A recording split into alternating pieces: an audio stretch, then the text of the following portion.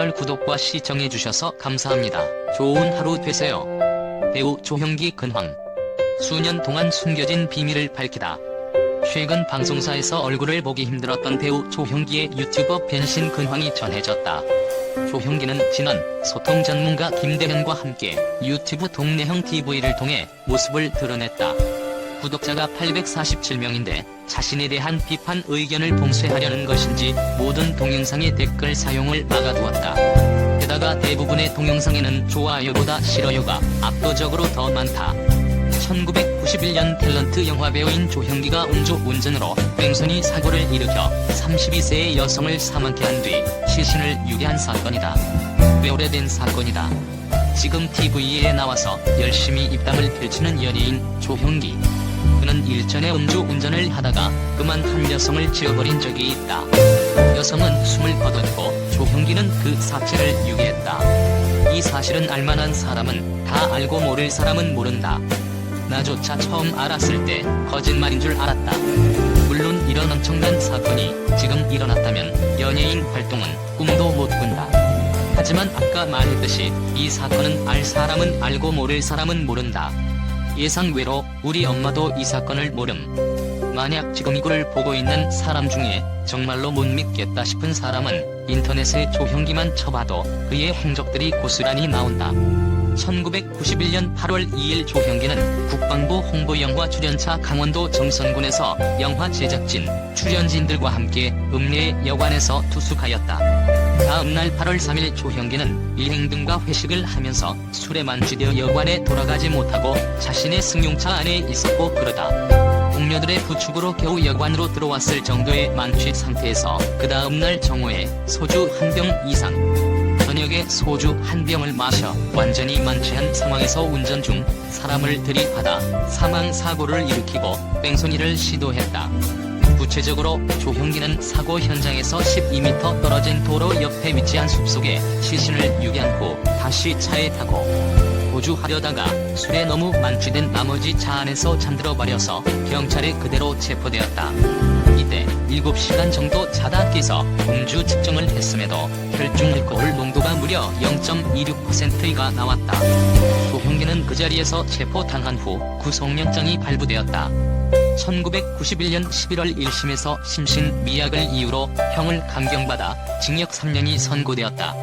하지만 1992년 4월 항소심 재판부는 심신미약인 사실은 인정하지만 고의로 심신장애를 일으켰기 때문에 형 감면 규정을 적용할 수 없고, 만약 심신미약이라는 이유로 형을 감경할 경우 음주운전자가 일반 운전자보다 형이 가벼워진다는 모순이 생긴다는 점을 지적하면서 1심보다 형량이 늘어난 징역 5년을 선고했다. 조형기는 교도소에 있다가 1년 만에 1993년 문민정부의 가석방 조치로 석방되게 된다. 연예인이 만취 상태로 음주운전하다 사람을 죽이고 시신 유기까지 시도한 엄청난 사건이지만 놀랍게도 당시 언론에서는 이 사건을 비중 있게 다루지 않았고, 지금처럼 인터넷이 활성화되지 않은 시기에 일어난지라 이 사건은 잠시 묻혔다.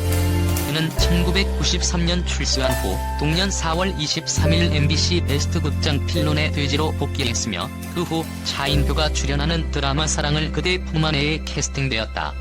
그렇게 1991년의 사건은 한동안 잊혀졌고, 조형기 본인은 2010년 이전까지는 공중파에 별 문제 없이 잘 출연했다. 사실 2000년대 인터넷이 대중화되며 이 사건의 진상이 어느 정도는 드러났다. 하지만 그때까지만 해도 아는 사람만 아는 사건이었기에 진상을 아는 사람들은 조형기를 보고 살인마라고 욕하기는 했어도 모르는 사람들이 더 많아서 여전히 많은 사람들이 조형기를 보고 웃고 즐겼다. 그런데 2010년경 DC 인사이드 고결이 킬러조라는 인터넷 밈을 만들면서 인터넷에 삽시간에 퍼져나가 해당 사건은 20년 만에 대중들의 주목을 받게 되었다.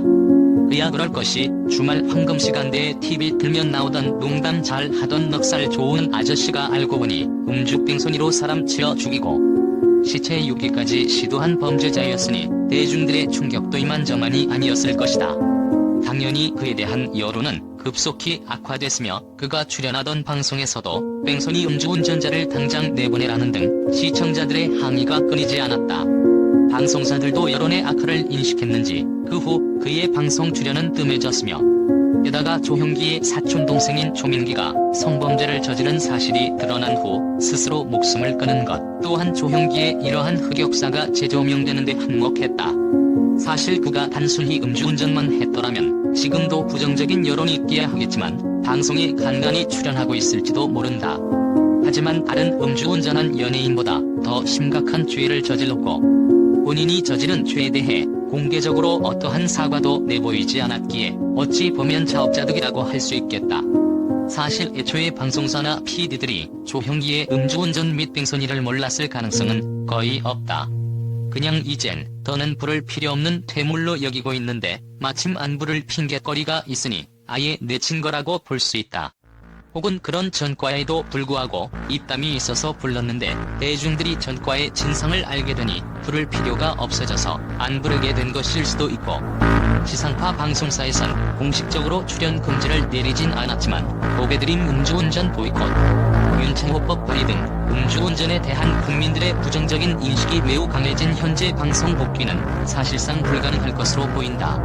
또한 가끔씩 언론에 나올 때도 그에 대한 반응은 매우 좋지 않았으며 이래로 영화배우 신성일의 빈소를 총냈을 때에도 네티즌들의 반응은 싸늘했다. 그러다가 2017년 이후부터는 방송에서 찾아보기 힘들어졌다. 최근 활동을 보면 2017년 이후 방송에 나오고 있지 않고 있으나 방송 활동을 재개하기 위한 움직임은 보이고 있다. 이와 같은 조형기 과거 사실에 대해서 포스팅 때는 여러 글들을 삭제하면서 이미지 개선을 하고 있다. 이와 관련하여 네이버에 조형기 삭제라고 검색하면 이와 관련된 이슈를 겪고 있는 여러 블로거나 카페들을 보실 수 있다. 이 글도 언제 삭제될지 모를 일이다. 그러나 조형기는 여전히 TV에 나와 자랑스레 입담을 늘어놓는다. 그 이유는 이미 사건이 너무 오래전의 일인데다 그 방송을 시청하는 사람 중에 그런 일을 아는 사람이 별로 없기 때문이다. 요새는 미디어가 워낙에 발달했기에 한번 퍼지면 일파만 다 퍼지지만 옛날에는 그렇지 않은 편인 듯하다. 그리고 이 사건을 다시 재조명할 수가 없는 게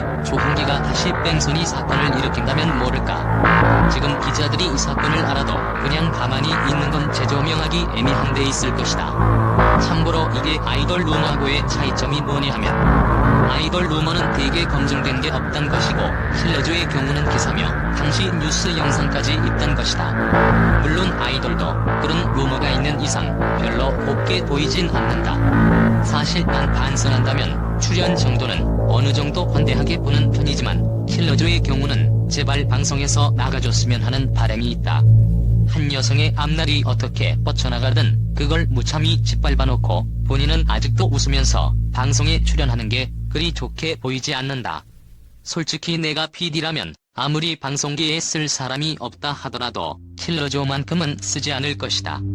방송 등등의 이미지도 있지 시청자들 중에 모르는 사람들이 있다고 어떻게 살인자를 갖다 쓰겠는가? 향후를 몇 년은 더 방송에서 킬러조를 볼 생각을 하니 참 마음이 별로다. 킬러조 아웃. 조형기의 근황에 대해 네티즌들은 아직 복귀는 이르다. 방송에 나오면 안 되는 사람, 범죄자는 안 돼, 자중해야 한다 등 부정적인 반응을 보였다. 어제 TV를 보다가 거기 MC의 킬러조가 있어서 마음이 편찮았기에 마침 글도 써야겠다 싶어서 막 쓰느라 좀 엉성하지만 요즘은 킬러조가 방송에 나오는 게 꼴보기 싫단 거. 채널 구독과 시청해주셔서 감사합니다. 좋은 하루 되세요.